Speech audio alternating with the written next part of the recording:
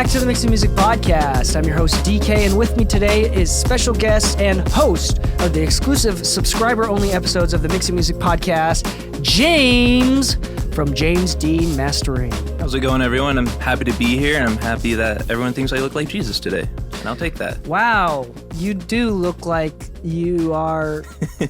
Anyway, this is this could be a sign. Anyway, we'd like to welcome Jesus to this episode of this is a fun one. So Lu is unable to come today, so we want to I'm going to be totally straight-faced. We want more subscribers to the exclusive episodes because I think they're fun. James is the main host, and I'm kind of more of the co-host of the exclusive subscriber-only episodes of the podcast. For $4 a month or $40 a year, you can get two extra episodes every single week. So if you are paying attention to the exclusive archives that we release once a week, those are all from over a year or two ago. And the cool thing with that is you'll never catch up. Like if you do the one episode a week, it's cool, it's free. But if you subscribe, you get twice as many episodes and all of the other exclusive episodes, even the ones that are slightly too offensive, where I'm very mad or something. I'm very triggered and I don't release them because it would piss people off. And I'm glad they're behind a private paywall. Now, if you want to discover my real thoughts on abortion, no, I'm just kidding. You get to find out Dee Kei's favorite races on that podcast. You get to find out who my least favorite race is. Mine is the F-140. That is a terrible race. No. But we have a good time where, we kick each other in the balls, metaphorically. It's fun. It's fun. And they're all exclusive. All the exclusive episodes are very technical. So me and Lu, we like talking about the technicals, but we're kind of beyond that. And I don't think that that's what's important to building a career. So, but everybody, the numbers always want the vast majority still thinks that a specific EQ curve or how to use an EQ is going to help. And I think that does help at first. I do think that, so if you want more of the technical stuff, you just got to go to mixingmusicpodcast.com/exclusive. And today's episode, not only are we trying to openly tell you to your face that we want to convert you into an exclusive subscriber. Yeah. But what is today's episode about? So today we're going to talk about the top things that we've actually learned from the podcast. One more thing before I forget too, with the member exclusive episodes is there are some things that we can't talk about, whether it's projects we're working on or things like that on the open internet that could sometimes be talked about behind the paywall. So last week we gave a really good episode where Dee Kei kind of broke down the whole process from start to end of communicating with a new client, like a big client, and how that kind of went down.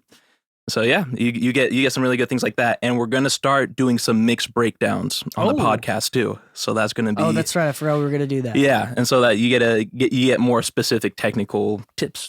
As well. And if it's behind a paywall, I don't mind talking shit openly about a mix. Will likely be mine sometimes too, and I'm okay with that. And one of the things I know, my mantras is I do believe in timing. And I do believe in kindness, but I don't ever believe in lying. I don't think lying is it doesn't help anybody in the long term. So yeah, I'm willing to suffer through the pains and the discomfort of telling the honest truth now for long-term gains.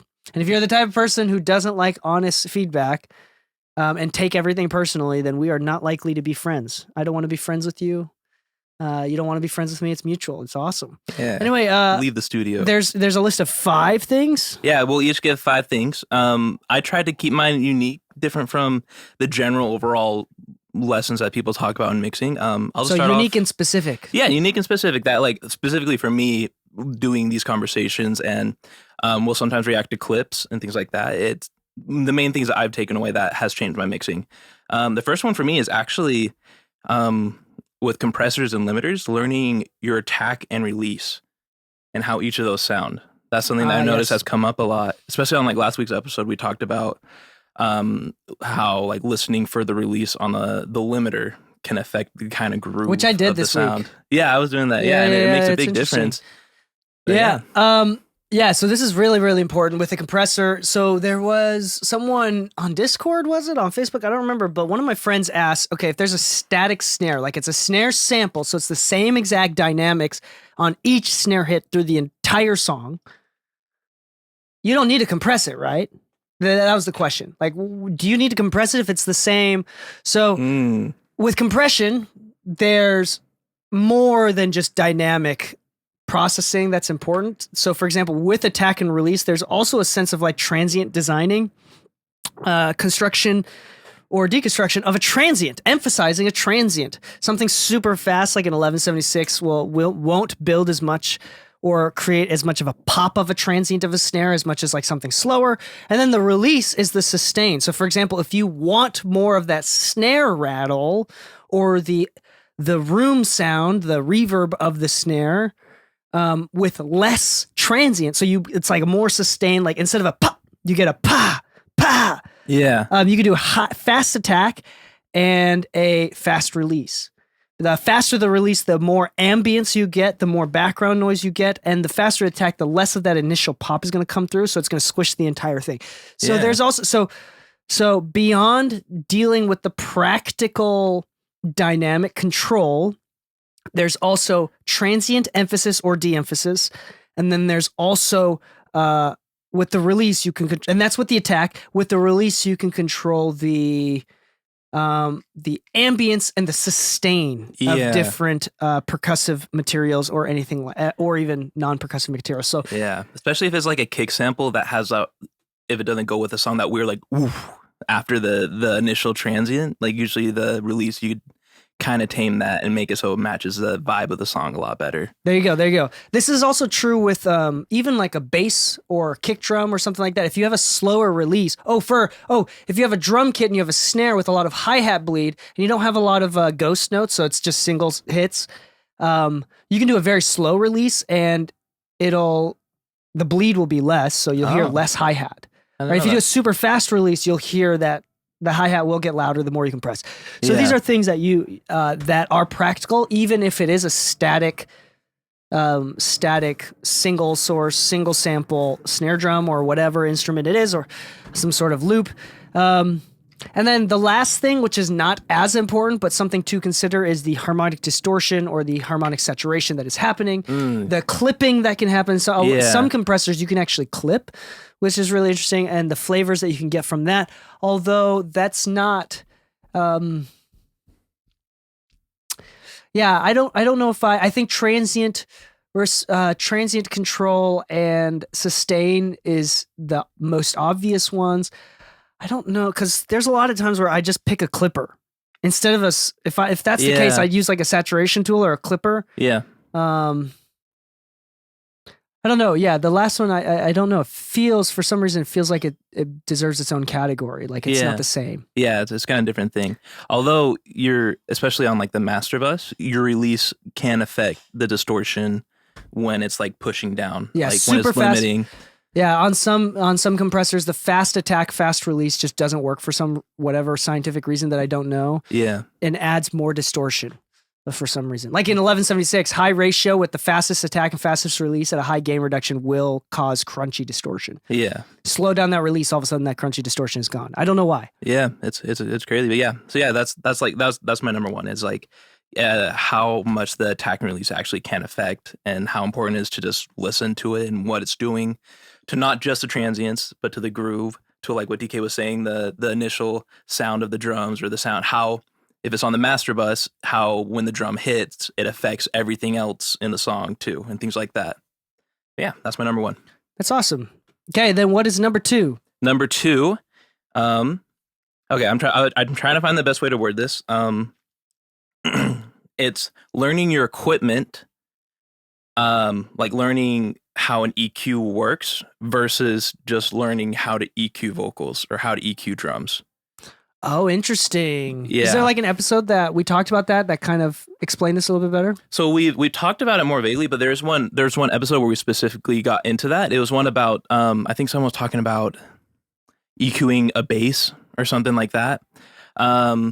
But it's just like, yeah, it's like this is the concept that if you're EQing, the best way to EQ vocals, the best way to EQ drums isn't to learn how to EQ vocals or how to EQ drums.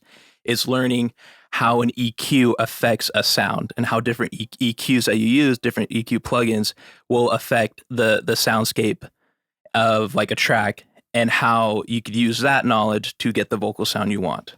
Yeah, okay. So I would even expound into something like the idea that EQ is meant to be a musical tool, not like it can be used surgically. It can be used from a very logical perspective. But I think we should more err or side on more towards the other way, the other direction, which is keep it musical. Yeah.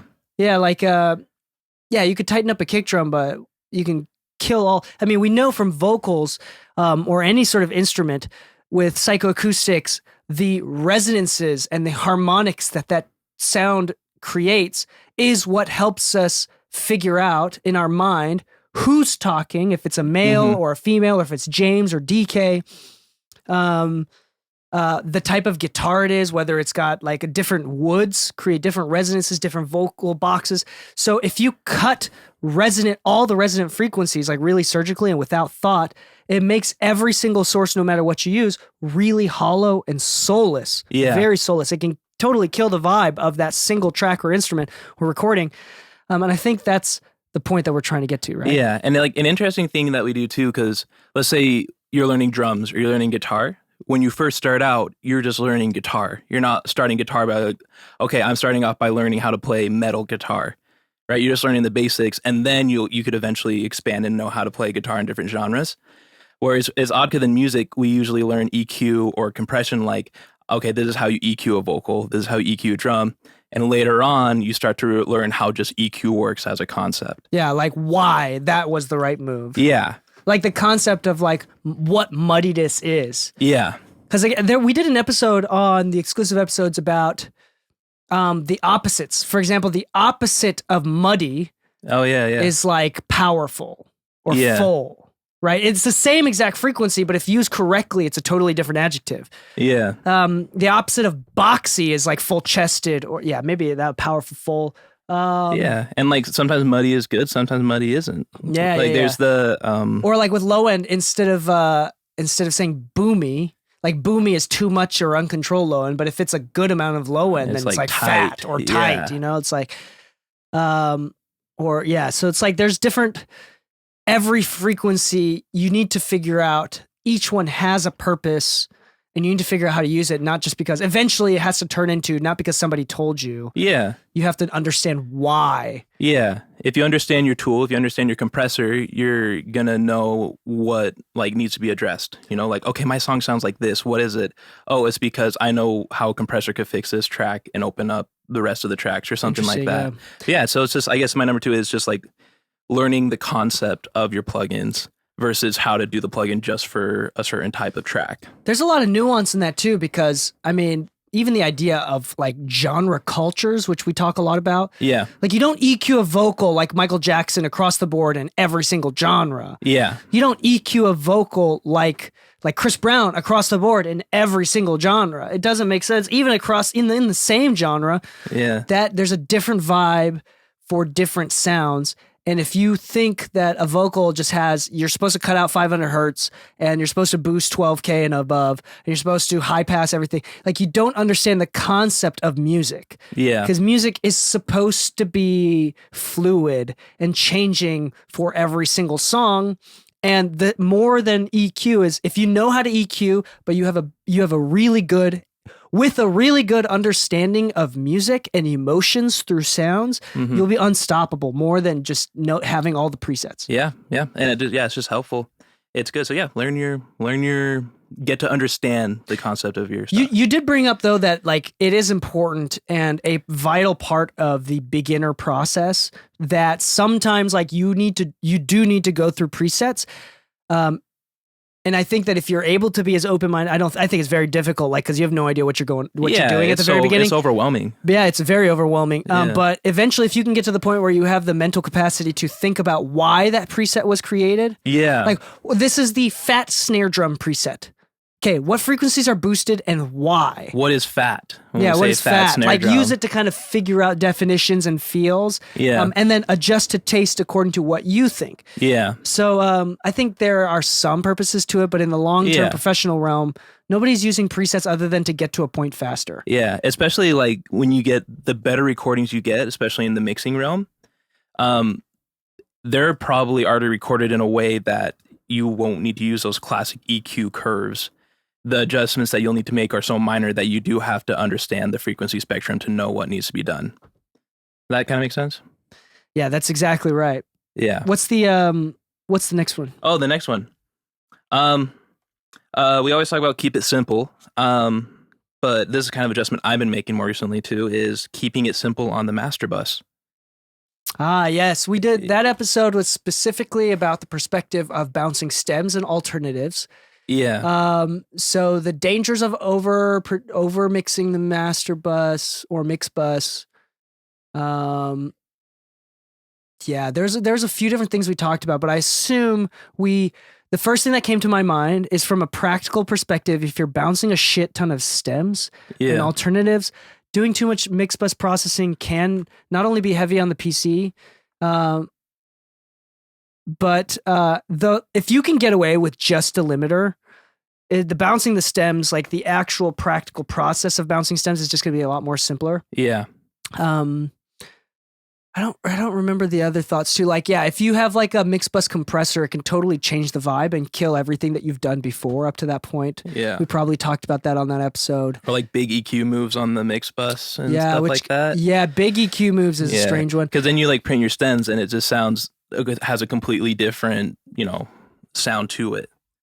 Yeah, and I think on that episode we talked about like linear phase EQ and how stupid that is just in general. Yeah. Linear phase EQ is not better. In fact, it is actually worse. You should avoid using, I don't know why, but on TikTok, there was a huge trend where people are like, on Pro Q3, if you switch, you should default to using linear phase because linear phase is better. No, fuck no. It's not better. It's actually worse. If you read the manual, they highly advise against using, they say you have to very specifically know what you're using linear phase for, otherwise it will make weird noises. Yeah. So it's very specific and is not important 99% of the time. I do know a lot of mix engineers that are very heavy on the mix bus. Yeah. Bob Horn is very heavy on the mix bus. I've gone in different, and right now I'm very minimalist on the mix bus. Yeah. But the point is you do it on purpose and not because like you're processing on a mix bus. It should be fairly like yin and yang, somewhere balanced, right? Like if you're over relying on the mix bus, that's kind of dangerous. If you're under relying on no, I don't think it's possible to under rely on a mix bus. Yeah. That's interesting. Yeah. I don't think it's bad to not rely on the mix bus. I do think it's bad to over rely on the mix bus. Yeah, that's a way to put it. Yeah, I would agree with that. Yeah, like for me at this current phase I'm in my mixing, the mix bus has become more of just getting that last bit of loudness with like the limiters and a clipper and stuff like that. But yeah, that could change down the line. But it comes down to not just doing a bunch, or I guess not hoping that the mix bus will fix your mix or make it sound better. Yeah, and I wonder what context we were talking about on that episode, because there's a lot of nuance behind this too, because in some ways it doesn't matter at all. Yeah. In some ways it doesn't matter at all. Yeah. I think another thing in concept too is like, I think people overuse compression on mix bus. I think most songs, and especially within hip hop, should not use any compression. Really? Yeah. I think compression can kill a hip hop song very easily. Cause dude, if it's like an 808 and it triggers the compressor really hard and it just ducks the vocal, it ducks the entire song. It's very easy to overcompress and it kills the impact. Better to use clippers and limiters and, dare I say, not make it as loud as you think it needs to be. And then, or thoughtful, tasteful side chaining, which is not part of the genre, but if you can keep it hidden so it doesn't sound sidechained. Yeah. But you get the headroom effects of sidechain. Those are, I think, Yeah. Mixed bus compression, I think, is probably one of the most overused techniques among beginners and intermediates. Yeah, for sure. Although I will say, even though this completely contradicts the bullet point, in the genre, like, what's his name, Post Malone's new album, it's like almost an intentional high mixed bus compression. Like every time the kick hits, you could hear the whole track pump. But that sounds. I don't think most people are. I don't think most people are doing it that intentionally. Yeah. The problem is, it's very obvious when things are done intentionally. It's very obvious when things are not, and I would err on the side of it's not done intentionally in most cases. Yeah. So be careful with that. I know a lot of engineers that swear by mixing into a limiter. Yeah, I've heard of. Yeah, and I know a lot of people that. I think conceptually the concept is if you have to put a limiter at the end of the song, to send to a client, which it'd be dumb to not do. You do not want to send demos or rough drafts, rough mixes without a limiter on. Yeah, unfortunately, that is just the most immediately recognizable. Oh, it's better because it's louder. Kind of thing. It's unfortunate, just psychology there, how the human mind works and interprets things sounding better. Honestly, I think it makes kind of sense because if you mix into a limiter, then you would hear how the transient shaping and compression reacts into the limiter. Yeah. So you don't have to squash you don't have to compensate by over mixing or overemphasizing transients, knowing that you're going to squish them later. Yeah. Right. With a limiter, because if you had a limiter from the beginning, you can hear how it squishes it, and then you can change the transients. So it can make sense. I know some people that swear by it. Yeah. I think more importantly, this is a workflow issue that people should just choose one or the other. I know Grammy-winning engineers that swear against it completely. Yeah. And I know Grammy-winning engineers that swear by it. Yeah. Which means it's not that important of a decision. It's got different practical workflow experience. Yeah. And I feel like this bullet point is something that over time, both of our opinions will just flip-flop back and forth on how the master bus will be used. Just like you said, there's Grammy people who swear by it and Grammy people that swear against it. It's just... Yeah, and my main mentor, Leslie Brathwaite, is on the side of doing less and not doing anything on the mix bus. Yeah. Surprisingly so. Yeah. So that's just my team. I always love simplifying the process instead of over complicating. I think complicating a process, if it's not practical, I think serves no purpose at all. And it's, if anything, it feels kind of gatekeepy. Yeah. Yeah. It's not empowering to find out that in order to get to a practical solution, it has to be really complicated. And that's just how it is. That's not empowering in any case. Most of the time people overcomplicate because that's part of their workflow and they've never learned otherwise, not because it's necessary. Yeah. I think that's important. Yeah. Awesome. Well, my next point, and I guess this is a more simple one, but I think it's an important one. If it sounds good, it sounds good. Don't worry about what got the vocal or the drums to sounding how they do. But if at the end it sounds good and it goes with the song, then just stick with it. Is there any examples that you can use? What sounds good, whether in a professional or in a personal context? I'd say, and I guess this is my evolution, me evolving as a mixer, is it used to be I would feel like I would have to at least have an EQ on a vocal or at least have a compressor on there. But I realized the more that I've laid back, or I've recently done a mix where I don't even think I had to use any compression because it was so well recorded on the vocal. And it was almost combating that feeling of, but I need to get that forward sounding thing. Okay. Yeah. This is something that we talk about quite often, is the concept that I think knowing when not to do something is a significantly more valuable tool that I'm willing to pay, and labels are obviously willing to pay a lot more for. Yeah. That is so much more valuable from not just a skill level, but from a financial perspective. Labels if you are getting paid $3,000 a song, surprisingly, it's counterintuitive. They don't want you to touch the song that much. Yeah. There's a lot more egos involved. They just want you to do something. They want you to clean it up. They don't want to know what you did. They just want it to be approved. Yeah. And this is why the greatest mix engineer serving today, this is sometimes we talk about this example. but he does surprisingly little to a mix. Partially because the files that he get are already well polished, and if they have if the label has the budget to hire Serban, they don't need much to begin with. Yeah. Right. And also, it's just, I really do think that at the art of mixing, knowing when not to do something is significant, like exponentially more valuable than knowing what to, like thinking you know what to do. I will say though, the flip side of that too is, and this is when I first came out here, something I learned from watching you mix, I was in that phase of being scared to do big EQ moves.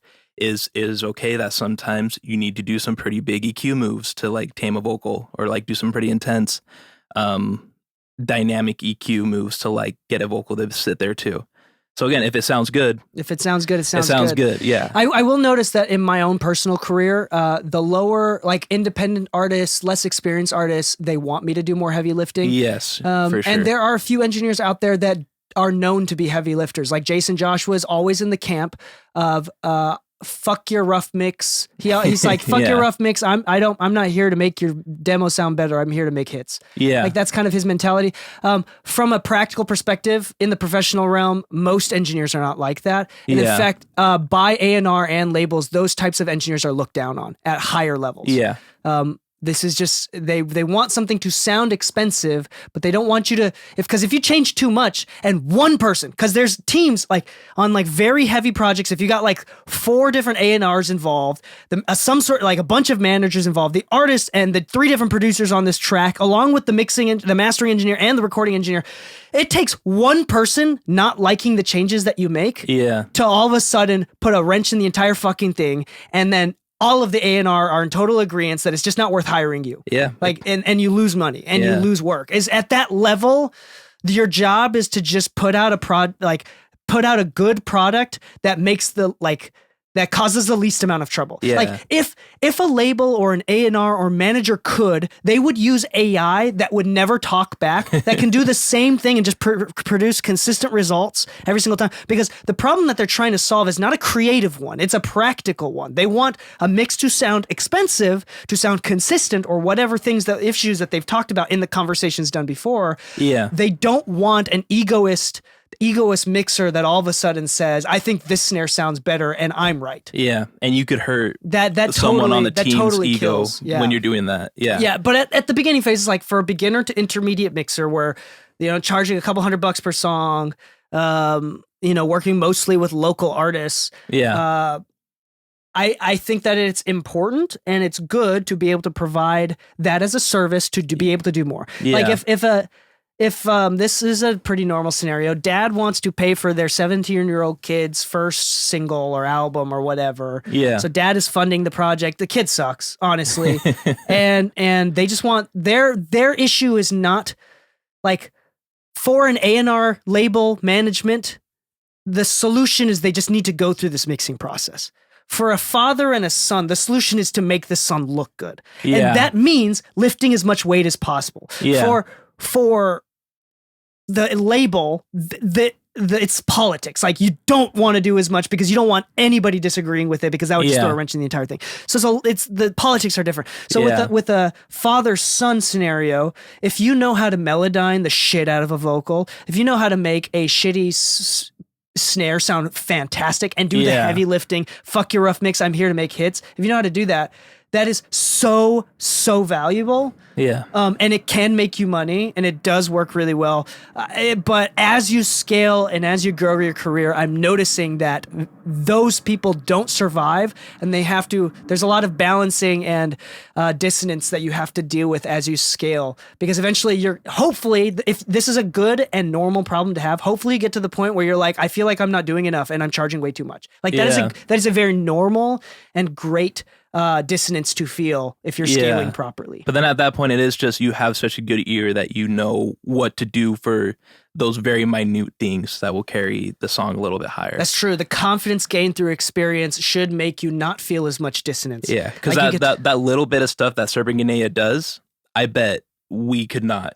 At least me, at this point where I am at mixing, I probably would not be able to recognize those changes that needed to be made. That's true. Yeah, he's probably got such a trained ear that he knows. Yeah, there's been a couple times where I've had the experience of listening to it before and after, where a producer or even a mixer, one of them was a mixer. Yeah. And the label had the budget to finish the mix with Servant specifically. Yeah. And in both instances, hearing the before and afterwards, it is surprisingly not different. It is like, it was very surprising how little changed. Like, it was to the point where even I, a trained ear, is like, yeah, I think the kick drum is tighter. Yeah. I think the snare fits a little bit better. I think the vocals are a little bit more consistent throughout. Yeah. It sounds like he did a little bit of vocal automation, but it's like, it's so subtle. Yeah. Yeah. So it's just something to consider. Like, there's different styles, but one is heavily favored in the upper echelons than the other. Yeah. Trust your ear. Don't be scared. So yeah, again, if it sounds good, it sounds good. Just trust that. Yeah. Whether it means doing a lot or doing a little, if it sounds right. My last point is studying monitors. This was actually a huge difference for me. Yeah. We had an episode a while back about how to recognize what good low end sounds like. And I've even brought up, it's something that came up when you were giving me feedback on my mixes. It was consistently the low end was not that good. And so my initial response is that like, I just have Kali LP6s. I don't have the best setup. And that was just kind of an excuse, I guess, in a way. But after that conversation, I made a playlist because you told me that Bob Horn and Manny Maricoin have really good low end. So I made a playlist of a bunch of their mixes. And while I would work and stuff, I would just leave it playing on the monitors. And then I would take some time when not working to study how that low end sounds on my monitors and to get an idea of what quote unquote like good low end sounds like on my monitors. And because I took that extra time to study my monitors, I remember that after that I did a mix and they specifically mentioned that the low end sounded really good in it.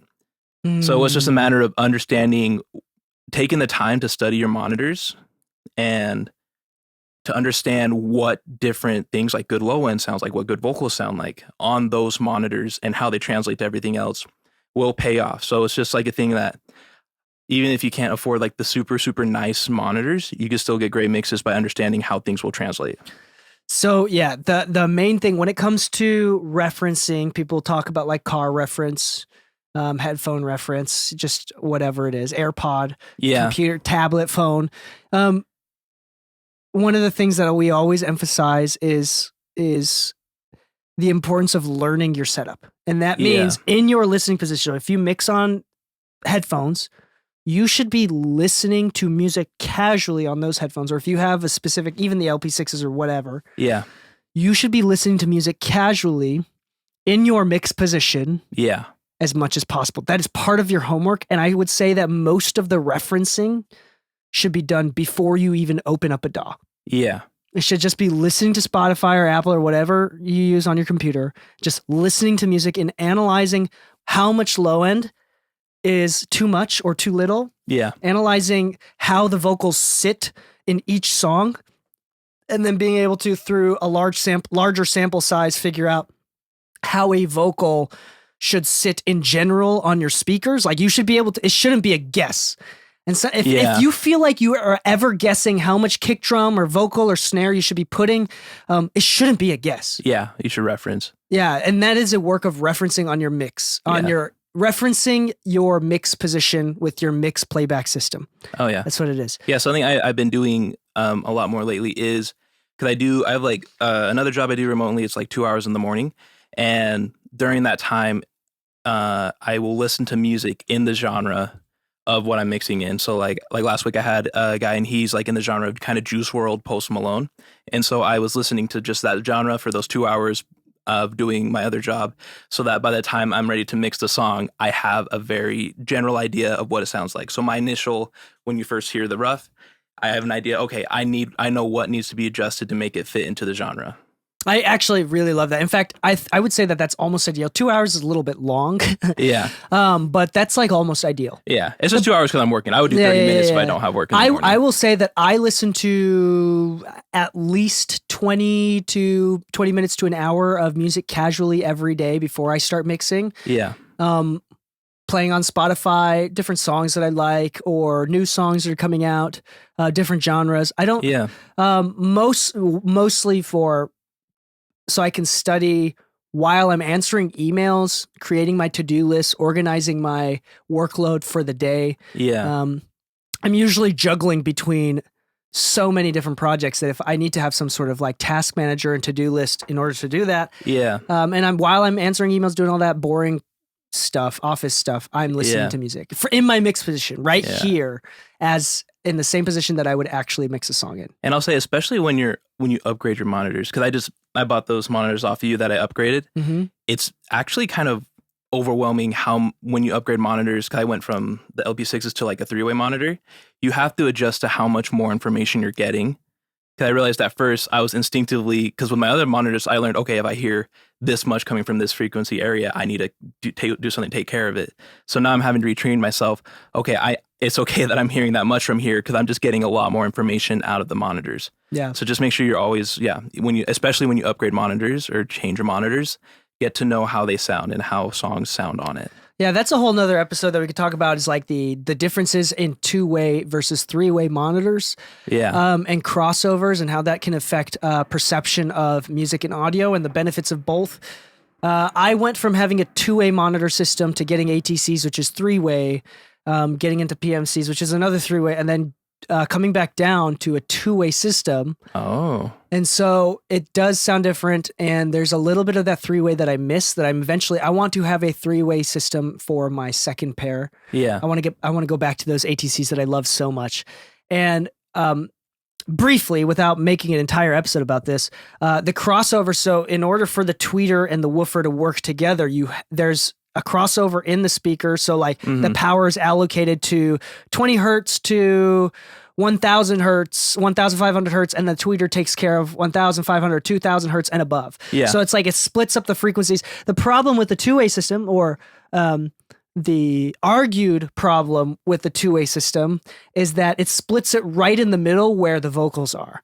So there's a crossover in where the vocals are, or like the mid-range, which we all kind of understand that the magic is in the mid-range. The most important part of a mix is the mid-range. Yeah. Where like a 3-way system, the point of that is that you have a dedicated mid-range driver, which changes the crossover to be in the low mids and the upper mid-range, rather than directly in the mid-range. So that way you have a clear, non-crossed over, clear mid-range for vocals or whatever's in the middle. Yeah. And then you have the top end. But then you can argue, why don't we have more crossovers? And we have an upper frequency. It's the problem is the more crossover you have, you also introduce a lot more problems, including phase and timing. Yeah.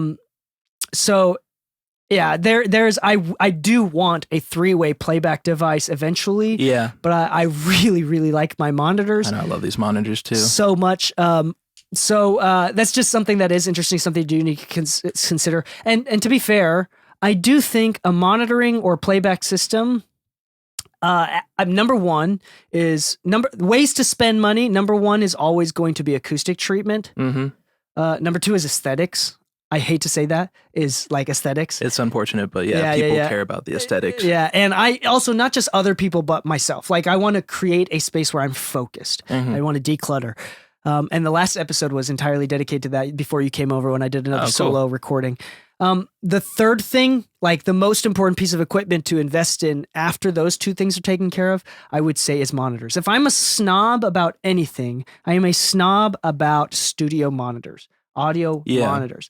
Like I'm pretty, and not from a preference perspective, but like an objective performance perspective. Like, for example, I can always change EQ frequencies and add more mid-range or add more low end with Sound ID or some sort of external DSP. Yeah. But I can't change the distortion of a speaker, which mostly is shown through like transient response. Yeah. And that's the one thing with the speakers that I have now, are very much emphasized on transient response. I don't think even you, has worked on my speakers for a short amount of time. Yeah. Like when you compress or clip or limit anything on these speakers, it is so fucking obvious. Yeah, it is. Yeah. I've like done like a little bit of mixing stuff on like that one project you're showing me, and it was like almost overwhelming there's like how much more transient information there was. That's another thing too, is like when I upgraded from like $600 monitors to my first ATCs, which were $12,000 monitors, it was overwhelming. Yeah. Like it was a lot more information coming at me, and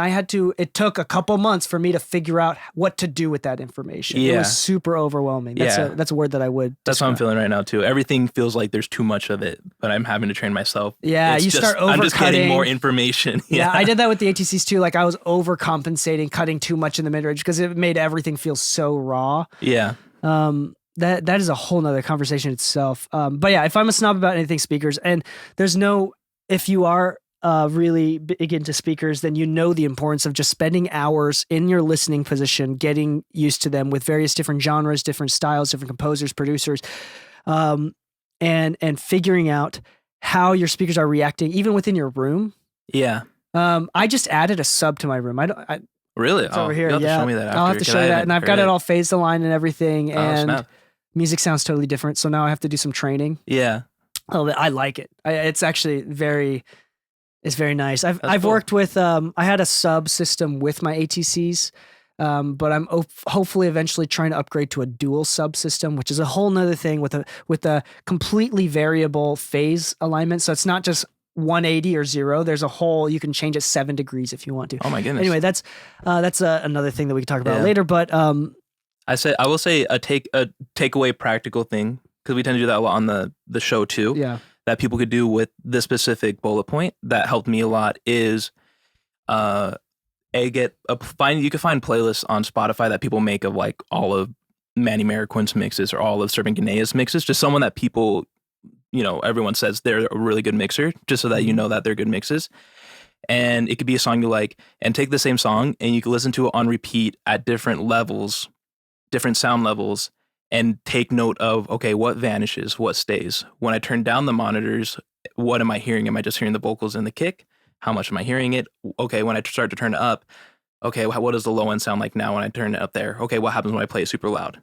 And that is something that helped me, is taking note of how things sound at different volume, and what vanishes, what comes back. And kind of that helped me kind of better get to know my monitors. Yeah. To be fair to the branding and with mix engineers is really interesting because you do a song, it comes out months or years later. Yeah. They get recognition. You grow up listening to it. By the time you grow up listening to it as a child, by the time you become an adult and you recognize who did it because you're trying to be an engineer, they're already like 20, 30 years past their game. So the people that are popular right now, like CLA or Andrew Sheps, like they were in the game decades ago. Yeah. So it's there's a little bit of a lag there. And it's also one thing that this is fairly controversial, but I want to talk about the importance of having your own tastes and having enough reference and having a big enough sample size to come up with your own taste. Like for me, you don't have to agree with me because the point is not whether or not you agree with me. The point is I have enough experience to come to my own conclusions. One, I think there is a group of overrated mix engineers. So there's like the important part is not what I think. Yeah. The important part is not CLA or like Jason Joshua is overrated. It's not that. The point is I've spent enough time to be able to come to my own conclusion. And I think that everybody, even if your list is completely contradicting to mine, I think you should have the confidence and I think you should have the confidence to come up with your own list. And I think you should have enough experience to be able to explain your reasoning.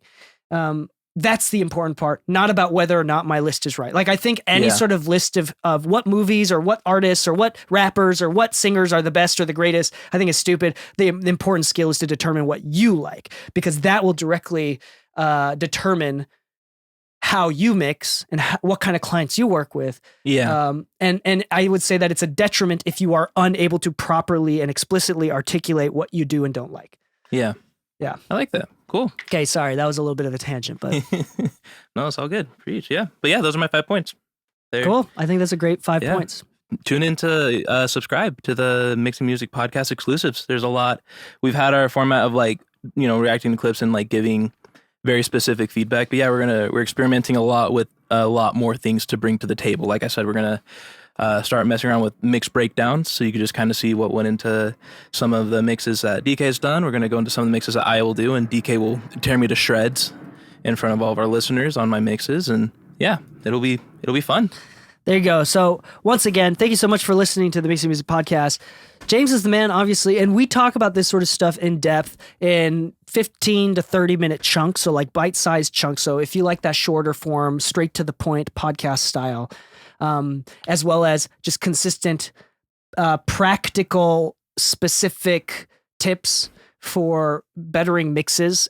Because we get really philosophical on the regular channel. I dive deep in like psychology and like business, because the point of the podcast is to help people grow their career. But if you specifically want technical tips, mixingmusicpodcast.com/exclusive. James and I do that. And I think you can tell the chemistry that we have and how good of a job James does in curating the information to make sure that it is benefit to the listener as we break down nuances, break down stereotypes, and to help better your practical mixing skills through personal fuck ups and personal victories. That's literally. And we improve your marriage. We will make your marriage better. We do that? Oh yeah, we have pretty bad marriages. Never mind. I'm teasing.